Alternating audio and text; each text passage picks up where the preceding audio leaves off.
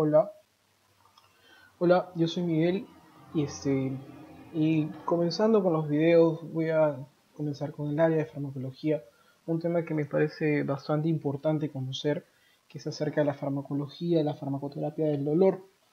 Estas diapositivas han sido preparadas con bastante esmero para un seminario, el cual nunca tuve la oportunidad porque el profesor nunca me dejó exponerlas, pero siempre es bueno contribuir con la comunidad y sobre todo dando alcances porque la mayoría de nosotros a veces no sabe, o si lo hace, va solo a la farmacia y pide algo para el dolor, nunca sabe las consecuencias, cómo se trata en sí, qué significancias, qué es lo que pasa en el organismo, por qué se produce el dolor, por qué pasa toda esta cuestión compleja y que es bien interesante, ¿no?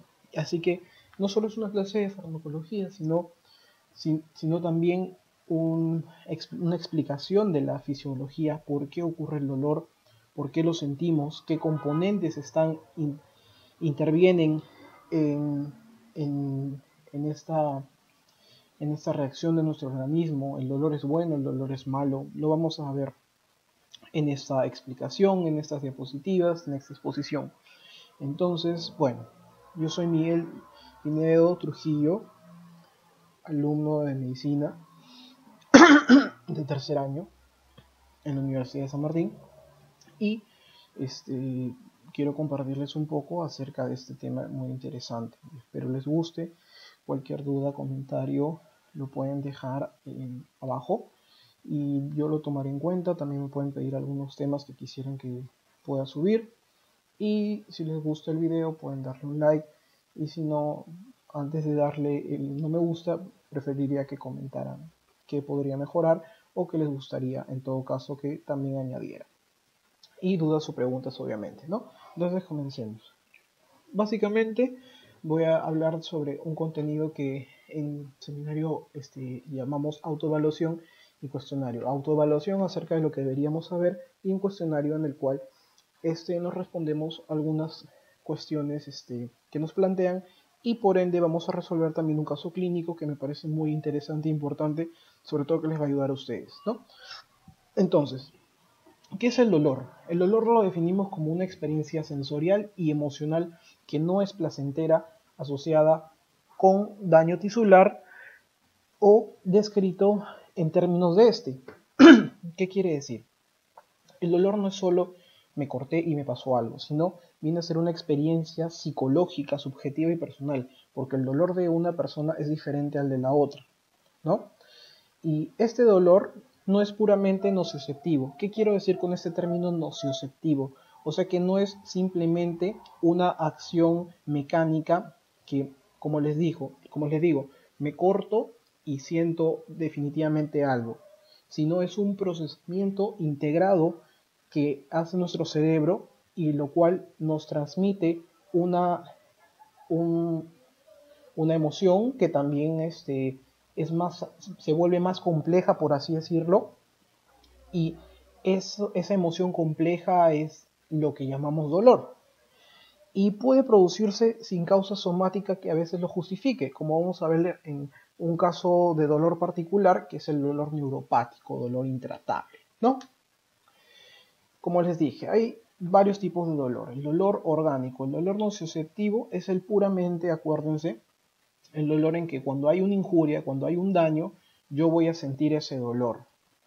Y entonces, la explicación más detallada es cuando se produce por la activación de los nociceptores que se ubican en todos los tejidos, excepto en el sistema nervioso central, debido a estímulos nocivos que pueden ser mecánicos, químicos o térmicos. Se divide en dolor somático y dolor visceral. Luego vamos a tener un dolor neuropático. Esto ya es un poco más complejo. ¿Por qué? Porque va de una lesión o enfermedad del sistema nervioso central o periférico, va a persistir luego que la causa que puede haber originado el dolor primero desaparece. O sea, yo quito lo que causa el dolor, pero aún así este dolor va a persistir. No hay una relación entonces entre la lesión que ocurrió y el dolor. Y es un dolor quemante o penetrante. Este dolor neuropático es muy difícil de tratar y a veces incluso intratable, porque como les dije, el dolor es subjetivo y es independiente de cada persona. ¿Ok? Entonces, bien, el somático normalmente, deben acordarse, está asociado a un periodo posoperatorio. Después de una cirugía, obviamente en la cirugía estamos normalmente anestesiados, estamos sin insensibles, o sea, no, para evitar cualquier, cualquier experiencia desagradable, ¿no? Y el visceral que podemos sentir en determinadas regiones, ¿no? Como podemos ver en el esquema, más o menos aquí. Y el neuropático, por ejemplo, les traigo un ejemplo, lo que pasa en la neuropatía diabética. Por ejemplo, llegan pacientes a la emergencia o llegan personas con que de repente, o sea, son diabéticos, lo saben, ¿no? Pero, ¿qué pasa? De repente esta persona trabaja en la granja o trabaja en carpinterías o no sé. Y viene y tú le ves su pie y le encuentras tremendo clavo atravesado, que incluso va hasta la superficie, y el paciente no siente nada, porque ya hay una necrosis, ya hay un daño irreversible de esa zona y ahí es cuando se tiene que amputar. Pero ¿qué pasa con esta neuropatía diabética? Eso es un ejemplo, por ejemplo, de insensibilidad que puede ocurrir. Pero en esta neuropatía diabética va a afectar a los nervios, como ven acá, y entonces una vez que se dañan esos nervios va a disminuir su grosor de esto, produciendo que que estos aquí que los vasos que irrigan también, o sea, que acompañan a estos aquí, desaparezcan. Y va a haber una experiencia no tan agradable. Entonces lo que hay que entender es que ese dolor neuropático, tras una primera causa, puede haber desaparecido esa causa, pero aún así va a persistir.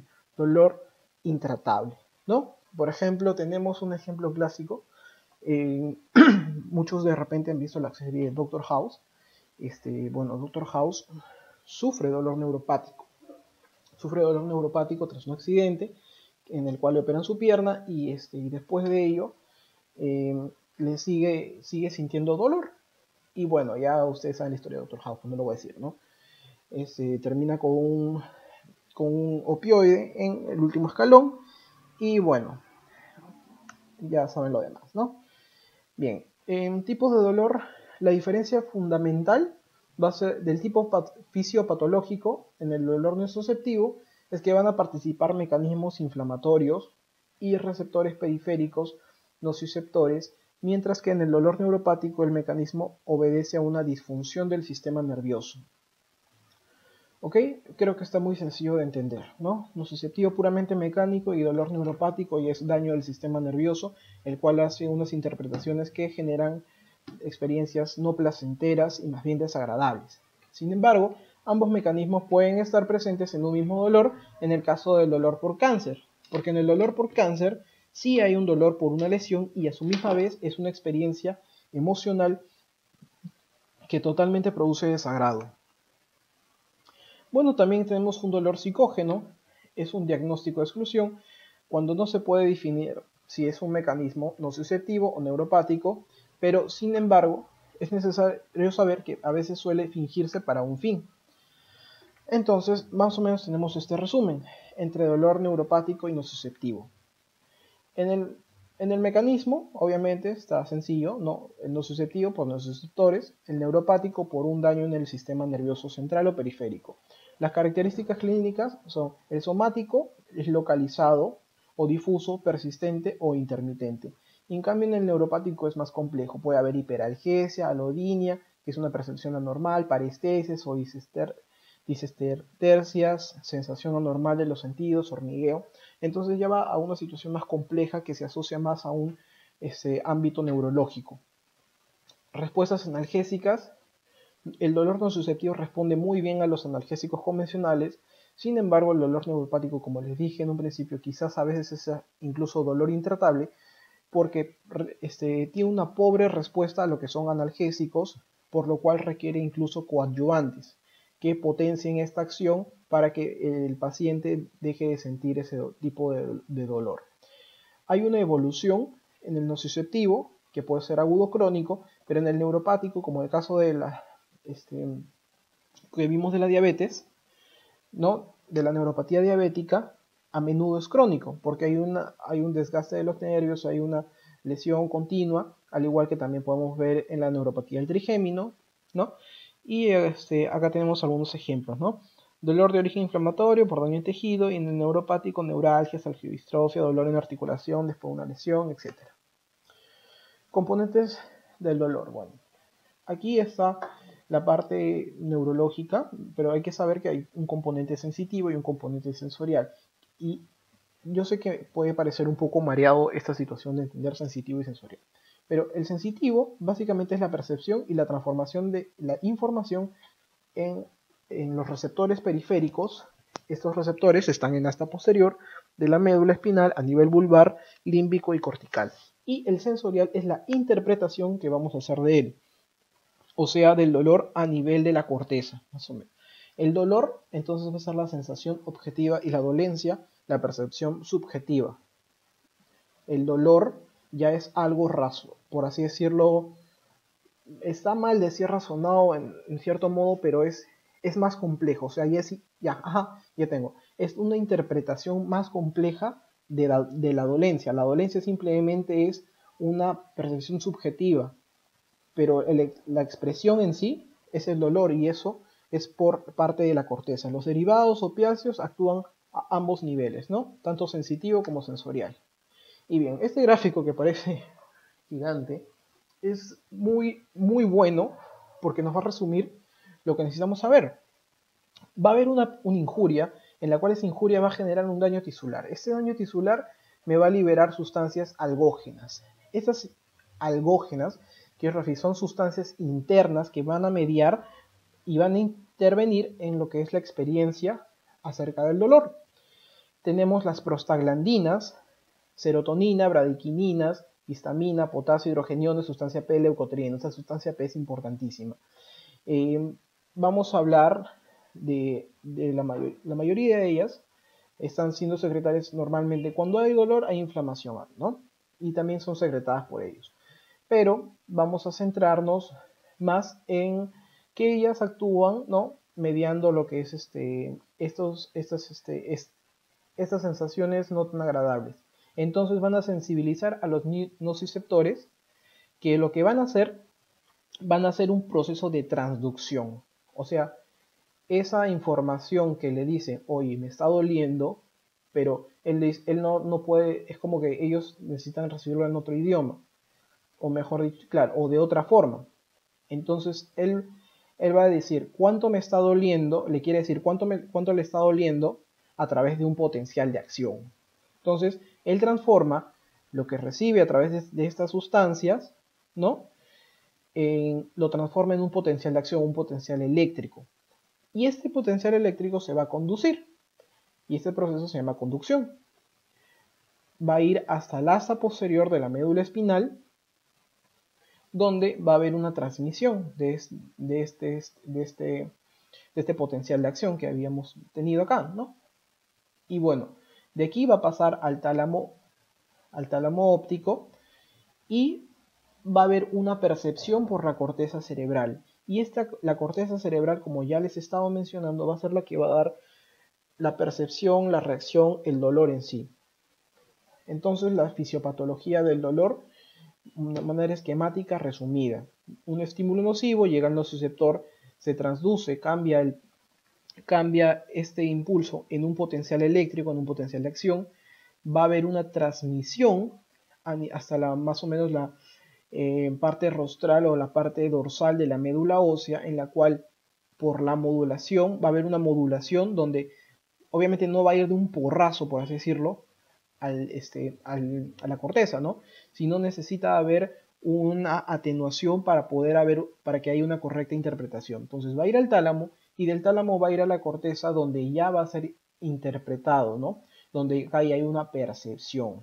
Entonces aquí tenemos unos datillos importantes. Por ejemplo, las fibras inhibitorias descendentes van a estar mediadas por las encefalinas, que las encefalinas, al igual que las endorfinas, al igual que las dinorfinas, al igual que las endomorfinas, porque está comprobado que nuestro cuerpo incluso produce moléculas de morfina endógenas, median la atenuación del dolor.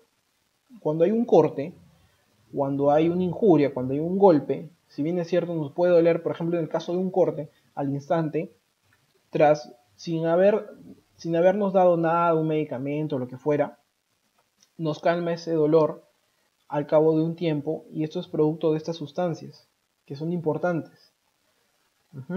Entonces, el umbral del dolor de estos nociceptores va a ser variable dependiendo de su localización. Esta imagen, copyright, Dr. Rubén Chávez, profesor de seminario.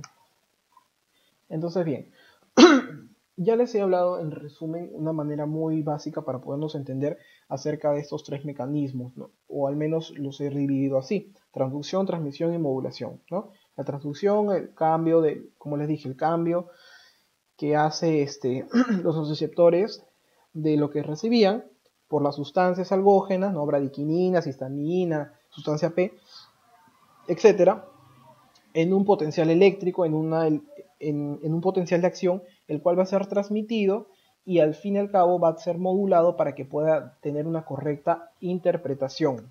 ¿Ok? Entonces vamos a ver. Vamos a tener nociceptores cutáneos. Estos son de alto umbral de estimulación. O sea, no quiere decir que, por ejemplo, yo agarro y me paso, no sé, un hisopo y me va a doler. Pero obviamente si me hinco con un lapicero de una manera, con una mayor potencia, me va a doler. Entonces, pero incluso en ese ejemplo que acabo de mencionar, hay diferentes nociceptores que van a mediar no una misma respuesta tras este estímulo que mencioné. Por ejemplo, vamos a ver algunas características de ellos. Los nociceptores A delta están más o menos presentes en la dermis y epidermis. Van a tener fibras mielínicas para conducción. Acuérdense que la mielina está media lo que son los impulsos saltatorios en los nódulos de Ranvier de las neuronas para poder tener una mayor sinapsis, una transmisión más rápida. La velocidad de conducción es alta, 5 a 30 metros por segundo, increíble. Vuela. Casi siempre responden a estímulos nocivos mecánicos, o sea, a estímulos fuertes. Los nociceptores C, a diferencia, también se encuentran en la dermis, pero tienen fibras amielínicas, y mielínicas pero muy bajo, casi nulo. Entonces, si yo tengo más fibras amielínicas razonando, va a tener que ser mi conducción mucho más lenta. ¿Por qué? Porque la mielina, como les dije, media una mayor sinapsis, una sinapsis más rápida, una comunicación más rápida. Entonces, al no haber esto, obviamente va a demorar más. Va a haber una mayor resistencia para que se pueda comunicar. La conducción es lenta. Miren, tenemos menor de 1.5 metros por segundo. Y está mediado por estímulos nocivos mecánico, químico, térmico y sustancias liberadas por daño tisular. Tenemos también lo que son los nociceptores musculoarticulares y viscerales, los nociceptores músculos articulares, ¿no? Los nociceptores A delta, que responden a contracciones mantenidas del músculo, los de tipo C, presión, calor, isquemia muscular. En articulaciones se ubica en cápsula articular, ligamentos, periósteo y grasa, pero no en cartílago. Los nociceptores viscerales, los de tipo C, son mayores que los A delta en esta ubicación, a nivel de vísceras. En el tipo C, como les dije, son amielínicas y son capaces de activar la liberación de sustancia P y glutamato. El glutamato es el neurotransmisor, como ya saben, neurotransmisor principal del sistema nervioso central. Y la sustancia P es una sustancia algógena que media este tipo de dolor, principalmente, perdón, esta fibra o este tipo de nociceptor tipo C, ¿no? Bien, ahora vamos a hablar de la transmisión. O sea, una vez que ya voy a transmitir, o sea, ya había pasado la transducción y voy a transmitir este impulso. Vamos a tener fibras cutáneas, como ya teníamos a las fibras A delta, que sería importante chequen esto de las láminas de Rexet, porque son importantes. Las fibras A delta terminan en láminas 1,5, fibras C terminan en lámina 2, fibras neuromusculares van a sinapsar en 1, 5 y 7, y las viscerales tipo C 1, 5 y 10. La 5 está casi presente en todas, ¿no? Entonces va a haber fibras más nociceptivas que van a ir a los cuerpos celulares, ¿no? Tanto rostro dorsal, a la médula espinal, la región dorsal, la raíz dorsal, a la sustancia gris del asta posterior de la médula y a las neuronas de primer orden. Y eso sigue el ciclo, ¿no? Van a ver, como les mencioné, las vías ascendentes de las neuronas de las láminas 1-5 que van a tener un origen a vías de proyección que van desde el asta posterior de la médula espinal hacia el tálamo y haces espinotalámicos. El haz lateral o neoespinotalámico va a transmitir un dolor intenso, agudo y bien localizado. Bien localizado tiene propiedades muy específicas, ya que es una particularidad, por eso su nombre de neo. Discrimina localización, intensidad y duración. Luego, el haz ventral o paleo espinotalámico, pues un paleo antiguo, va a tener una menor especificidad, para otro tipo de dolor un poco más lento, menos discriminativo, ¿no? Dolor lento, crónico, de poca intensidad, difuso. La percepción emocional no placentera viaja por esta vía. La sustancia P es el neurotransmisor más importante en esta vía, como se lo mencioné, mediado por los nociceptores tipo C o las fibras tipo C. La modulación. Entonces, antes de que sea transmitida a la corteza o centros superiores, voy a tener que hacer esto consciente por mí mismo, por mi cerebro. Van a haber también mecanismos inhibitorios identificados como en el asta dorsal medular, neuronas intrínsecas y por fibras descendentes de origen supraespinal. La transducción está mediada por algunas de estas moléculas, algunos de estos cationes, hidrogeniones, potasio, aminas, serotonina, norepinefrina, histamina, acetilcolina, quininas como la bradiquinina, calidina, eicosanoides, prostaglandinas, leucotrienos, péptidos, sustancia P, péptidos relacionados con el gen de la calcitonina, glutamato, claro, el glutamato que es un agonista de los receptores NMDA y AMPA, que ya vamos a ver después, y cuando hay un aumento de este glutamato, va a aumentar este NMDA, va a aumentar el calcio intracelular, lo cual va a tener una despolarización mantenida de la neurona. La sustancia P y este péptido relacionado con el gen de la calcitonina son neurotransmisores postsinápticos lentos. Hay varios sistemas comprometidos aquí, ¿no? Como el serotoninérgico, el alfa-adrenérgico, también intervienen lo que son opioides aquí, colinérgico, GABAérgico. Inhibición de estímulos alfa, densidad, la serotonina, norepinefrina, péptido, opioides, acetilcolina. Inhibición de estímulos de baja intensidad, los del GABA, los del ácido gamma-aminobutílico. Entonces, bien, ya para entrando con esta introducción breve, en verdad, porque el tema del dolor es muy complejo, vamos a entrar a lo que son la farmacología en sí del tratamiento del dolor. Y no hay mejor cómo comenzar que con opioides. La verdad es que considero que son uno de los mejores fármacos que puedan haber existido en la Tierra por sus distintas propiedades. Quizás algunos me puedan contradecir o no, pero personalmente creo que son muy buenos. Obviamente si se usa moderadamente, ¿no? Con un uso racional. Pero vamos a ver lo interesante que son. Entonces, a veces de repente han escuchado estos términos o de repente incluso han leído artículos o revistas o en otros libros donde mencionan opioides como opiáceos o opiáceos como opioides, o a veces dicen que es lo mismo, ¿no? Pero hay una diferencia. Los opioides van a ser todos los fármacos que puedan derivar o no del opio con afinidad selectiva para estos receptores de tipo opioide. Es decir, que tienen actividad tipo morfínica. Como sabemos, el opio, la planta del opio, que viene del Papaver somniferum, la primera sustancia que se pudo aislar es la morfina. Le pusieron morfina por honor a Morfeo, que era el dios del sueño, y porque causaba un estado de relajación, ¿no? Un estado placentero.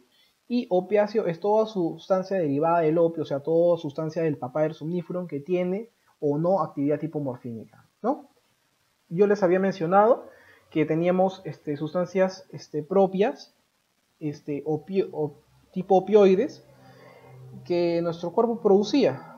En el caso de las encefalinas, endorfinas, endorfinas, y como les dije, también incluso ya se sabe que hay moléculas del tipo endomorfinas, o sea que nuestro cuerpo produce moléculas tipo morfina. Y también tenemos exógenos, ¿no? Que ya vienen los fármacos, ¿no? Los naturales, semisintéticos, sintéticos que vamos a hablar.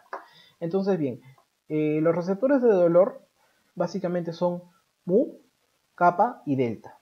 El mu tiene la acción fundamental para lo que es la mediación del dolor. El kappa también, pero un poco menor, y el delta mucho menos.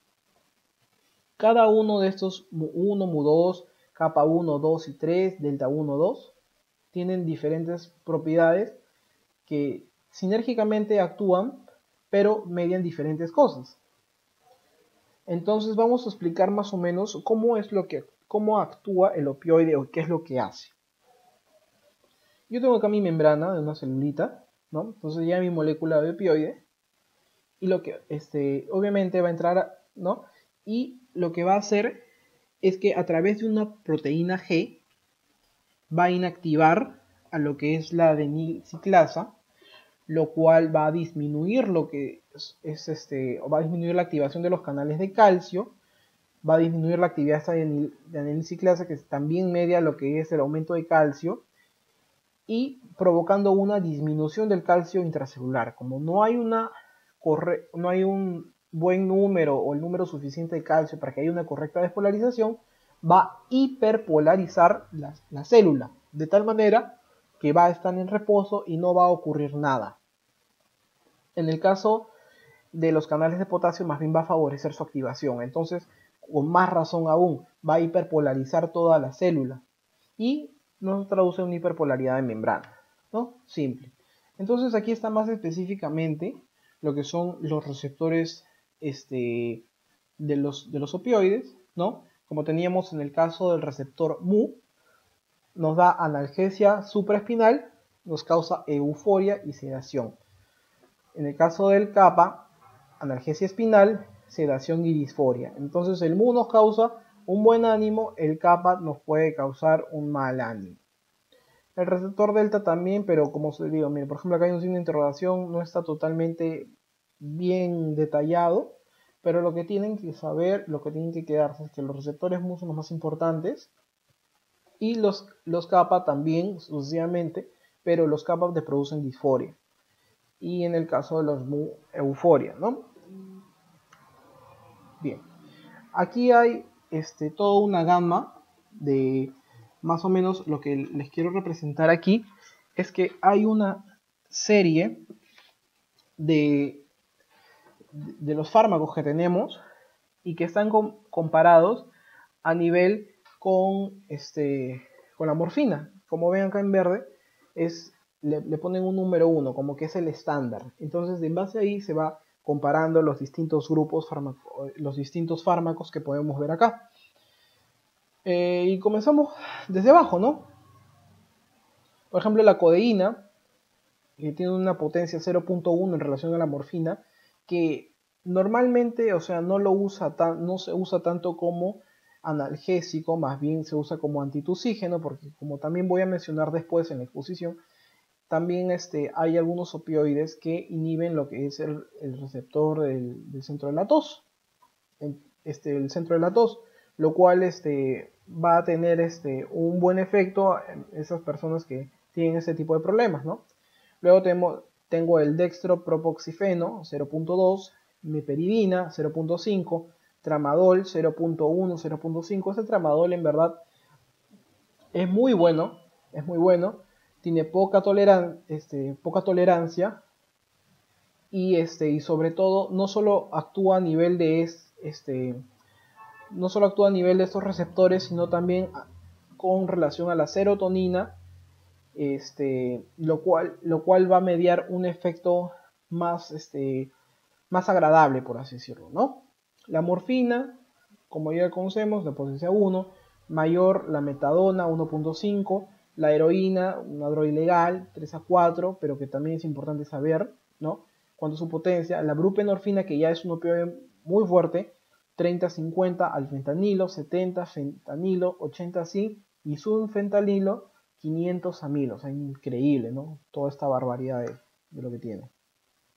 Bien, entonces vamos a tener niveles de acción de dónde van a actuar estos distintos fármacos, ¿no? En este caso opioides, ¿no?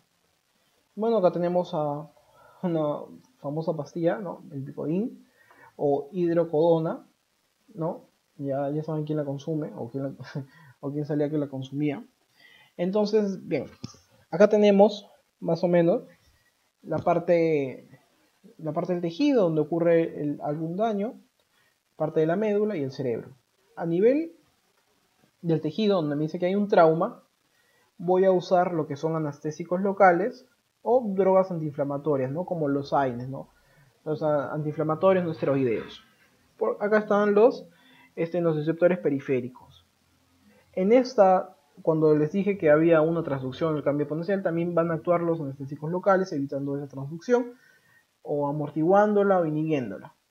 Luego, en el ganglio dorsal, en la parte dorsal de la médula, voy a tener a lo que son anestésicos locales, a los opioides, sobre todo el tipo leve, opioides leves, y alfa 2 agonistas.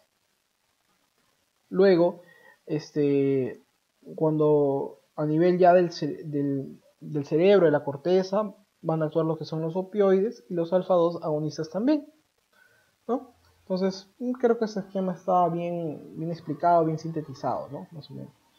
Vamos a ver acerca de los principales grupos farmacológicos para el manejo del dolor. Bien, el escalón 1, o sea, quiere decir cuando el dolor está, por así decirlo, tengo un dolor normal, un dolor leve, ¿no? Puedo usar un opioide, como les mencioné, puede ser un AINES, o sea, un antiinflamatorio no esteroideo, y más o menos coadyuvante, o sea, dependiendo de qué tan malo sea, puedo usar un coadyuvante o no. Luego en el segundo, si el dolor persiste o aumenta, voy a tener un opioide para el dolor leve, o sea, un opioide débil, y puedo utilizar o no un coadyuvante, ¿no? Aquí en esto, por ejemplo, tenemos tramadol, tramadol, codeína, hidrocodona, oxicodona, ¿no? Básicamente. En el caso 3, ya tengo que usar un opioide más fuerte, quizás morfina oral. Desgraciadamente en nuestro país, aquí en el Perú, no tenemos fármacos intravenosos. Bueno, en fin, no tenemos nada, pero eso es otro tema. Es un opioide para el dolor moderado agudo. Puedo utilizar también otro, dependiendo no opioide, y otro coadyuvante, para provocar la desaparición del dolor. Y si aún así no hay, ya tengo que pasar o pensar en técnicas quirúrgicas, ¿no? Como les explicaba, otro esquema. Este es la escala de la OMS, lo que me dice. Básicamente, el primer escalón, AINES. Segundo, opioides débiles. Tercero, morfina oral, o sea, ya opioides en sí. 3, transdérmicos. Cuarto, epidural, a veces si no, ya neurocirugía, ¿no? Ya que me va a cortar el problema de arranque. Y lo cual era necesario mencionar también que, bueno, eso es lo que a veces pasa en lo que es la neuropatía de trigémino, ¿no? Esos dolores que ya no se aguantan y que tienen que pensarse en eso. Lo mismo básicamente, ¿no? Aquí les traigo en caso de dolor agudo lo que básicamente se hace en lo que son dolores nociceptivos, ¿no? Los antiinflamatorios, si yo curo o si trato la inflamación, voy a atenuar bastante lo que es el dolor y debería bajar, ¿no? La intensidad del mismo. Y si es que persiste, un opioide me ayudaría también a tratar eso. En el caso de dolor crónico, tenemos también esos grupos, ¿no? Los AINES, el paracetamol o acetaminofén, opioides anestésicos locales y adyuvantes. Aquí dice diclofenaco ya. Lo que pasa es que esta presentación es de mi seminario que yo preparé y como les dije iba a haber un caso clínico en el cual nos iba a ayudar. Entonces vamos a ir mencionando eso, ¿no? Lo que tienen que saber, básicamente un recuento de los AINES así a grosso modo, es que los AINES van a intervenir en lo que es la vía de la ciclooxigenasa del ácido araquidónico. ¿Qué quiero decir? Que van a interferir en lo que son la síntesis de prostaglandinas, que hay unas que son constitutivas y otras que son inducidas. Algunos fármacos no son específicos y otros sí. Y en este caso el diclofenaco no es específico, o sea que me va a tratar tanto la constitutiva como la inducida, pero me va a eliminar el proceso inflamatorio, o al menos ya me va a atenuar esa parte. Y bueno, acá hay un datito, ¿no? Pertenece al grupo de los AINES y deriva del ácido fenilacético. Bien, eso dice que sucedió con el paciente luego de recibir el tratamiento, se va a explicar después que se vea lo que es el caso en sí. Por eso tengo que mostrarle. Entonces aquí, caso clínico. Paciente de 55 años, comerciante, hace 6 años se le diagnosticó artrosis de rodilla derecha, se niega rotundamente a realizar ejercicios físicos, no tiene tiempo, es obeso, toma alcohol, whisky los fines de semana, tremendo pues, ¿no? Ya debe estar con esteatosis hepática, cirrosis, viene con intenso dolor y se le escribe diclofenaco cada 8 horas y vuelve a la consulta con intenso ardor a nivel del epigastrio cuando ingiere el medicamento. Trabaje con dolor crónico no canceroso. ¿Por qué me dice no canceroso? Porque lo que me está pidiendo no es que lo trate con opioides, porque sería muy sencillo, ¿no? ¿Por qué? Porque en el dolor canceroso se relatan algunos estudios que dicen que no genera tanta dependencia o tanta adicción, ¿no? Entonces, bueno, la artrosis es un proceso inflamatorio, eso creo que lo pueden chequear. El objetivo terapéutico, obviamente tengo que calmar su dolor, pero también ver la parte del problema, del problema gastrointestinal que presenta. Sus objetivos es aliviar el dolor, como les digo, mejorar su función articular, evitar progresión del daño y mejorar su calidad de vida. Tengo que usar las estrategias farmacológicas, terapéuticas que ya hemos visto, según los escalones que hay, ¿no? Y pensar en AINES. Pero, ¿cuál es el problema de esto? Esta elección del AINE debe ajustarse al perfil del paciente. Como él ya tuvo problemas,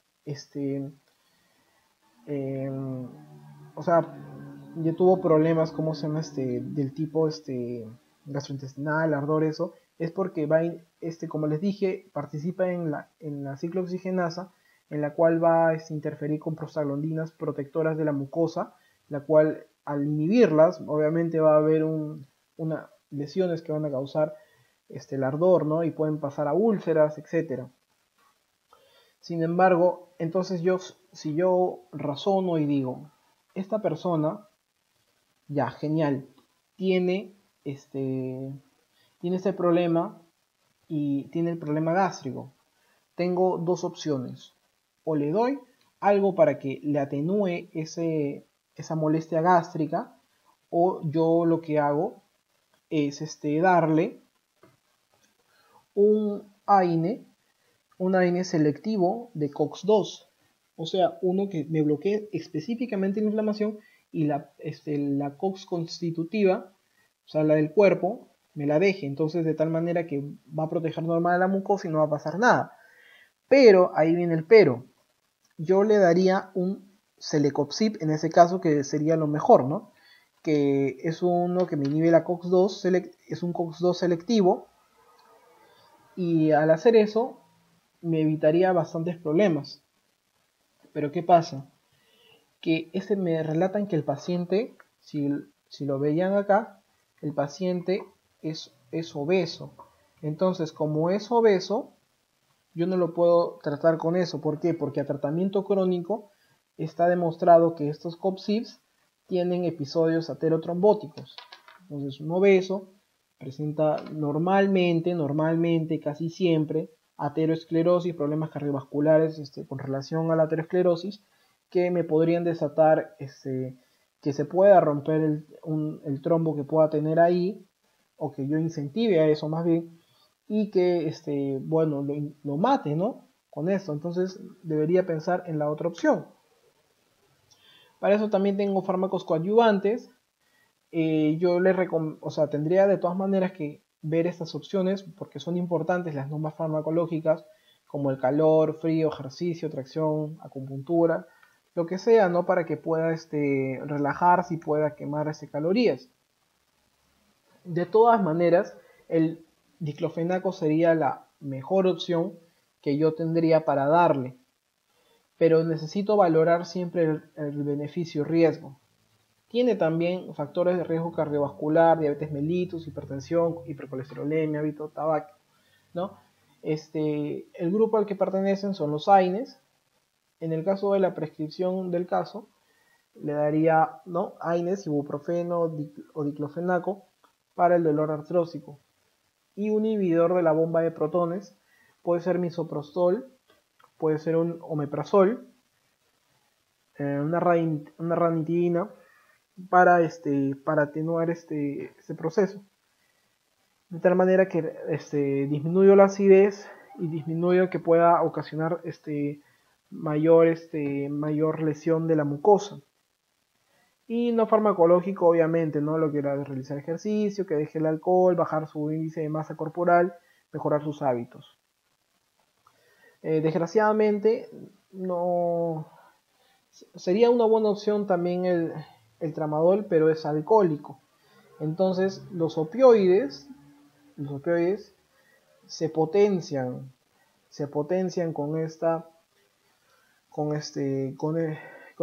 ese tipo de sustancias. Entonces, más bien haría un sinergismo de potenciación en el cual aumentaría la hiperpolaridad de la membrana por las distintas opciones que hemos visto que tenían los receptores, y lo que haría sería deprimir tanto al paciente que podría incluso matarlo, ¿no? Y aparte que eso le generaría también dependencia. Como le digo, no les le daría los Lecopsid por el problema cardiovascular que presenta. Y antes de terminar, volvemos a la parte que habíamos visto para explicar lo que estaba pasando, ¿no? Entonces, el paciente va a referir un intenso dolor a nivel del epigastrio, que probablemente es un cuadro de gastritis, además de ocurrir ciertos síntomas como ven aquí, ¿no? Entonces, la lesión gástrica se da por dos mecanismos, como vimos: inhibición de la COX-1, que es la constitutiva, y que sobre todo estas prostaglandinas y prostaciclinas, como la PGI-2 y la PGE2, que lo que hacen básicamente es proteger a la mucosa. Entonces, también va a haber una irritación local por el contacto del fármaco con la mucosa gástrica. Luego, el objetivo del dolor crónico no oncológico es básicamente mejorar la funcionalidad del paciente y conseguir un control aceptable de este dolor. Y darle un seguimiento a la respuesta de su tratamiento, ¿no? Dependiendo, según la escala, como ya hemos visto y hemos estado reiterando, las distintas opciones para poder tratar este dolor, dependiendo de la situación.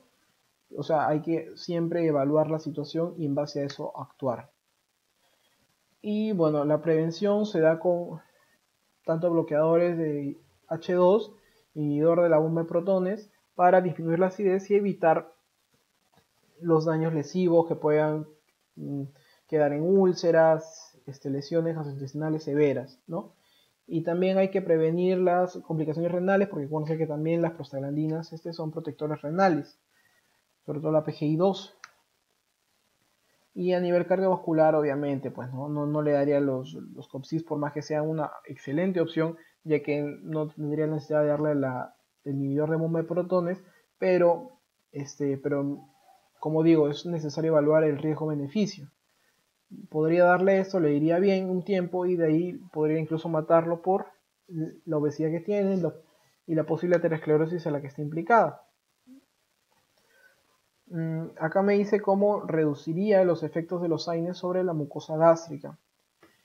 Bueno, básicamente a nivel de las prostaglandinas con misoprostol o como un omeprazol, ¿no? Que básicamente va a inhibir la bomba de protones, ¿no? Y básicamente eso es lo que tendríamos que hacer a nivel de lo que son este tipo de fármacos. Y la verdad es que espero que les haya gustado el primer video que estoy subiendo de medicina.